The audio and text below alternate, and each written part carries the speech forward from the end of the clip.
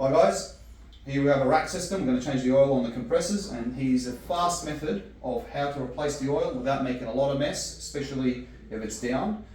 If it's in operation, you'll do a compressor isolation and you hook up your vacuum onto the compressor, so that way while the system is running, you've got your vac is only focused on one compressor. In this application we are doing a lot of changes, putting VSDs, powering down 2 compressors, and as you can see the mess here and the board in the background there, we're working on it slowly. It is a heap of mess, but you'll see completely different in a day or two. So we've done one oil change, it's just dripping away. It's poorly maintained, you can see it, you can see the colour of this oil, it's pretty poor. You can do that, it's pretty bad.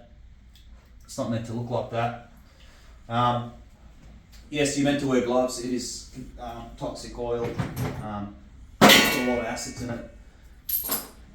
Now, the best way to change the oil on this, so get a tube, even if it's at height, you can get actual an M10 that has a hole through with a ball valve. You can do that, but in this case we don't need it. So what I'm going to do is get this bucket ready next to me. Got the vac, I've got it already hooked up to the system, so what I'm going to do, make sure the vac is open, the gauge manifold is open, and this is pretty much all ready to go. And before I open the oil, let's pretend it's got pressure. Let's say we've front seated the discharge, front seated the suction. There's no pressure in the compressor. It's in neutral pressure, so we need to undo that. So the moment you undo that, you'll start to have oil dripping everywhere. So what I'll do normally is switch this on.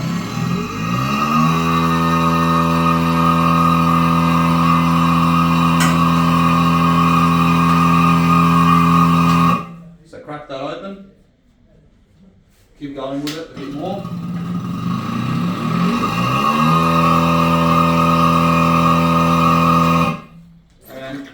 And that's how you do it.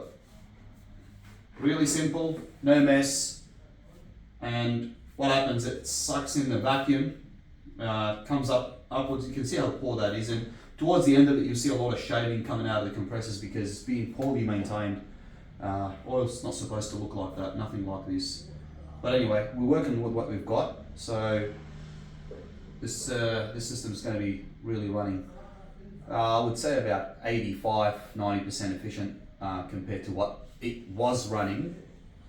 And then we're just going to get the filter dryers on here, the core dryers, replace them, and that's it. We've had a couple of leaks on the suction core dryers, the strainers if you want to call them. But we're not going to touch that because this system is going to be obsolete in the next a year or two maximum. Client knows about it, he's aware. You can see the next compress fitting on that corner there. There's no O-ring on it at all. It's pure brass.